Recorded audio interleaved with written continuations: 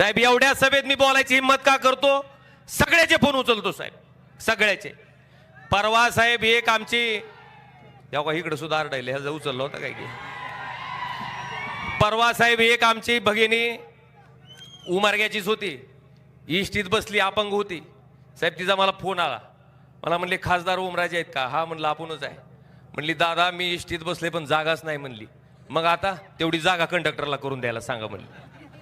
म्हणलं काय अडचण नाही, कंडक्टरला फोन दे.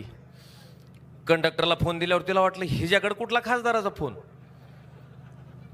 ती मला मोठ्यानं म्हणलं अरे कोण बोलताय? म्हणलं खासदार ओमराजे बोलतोय.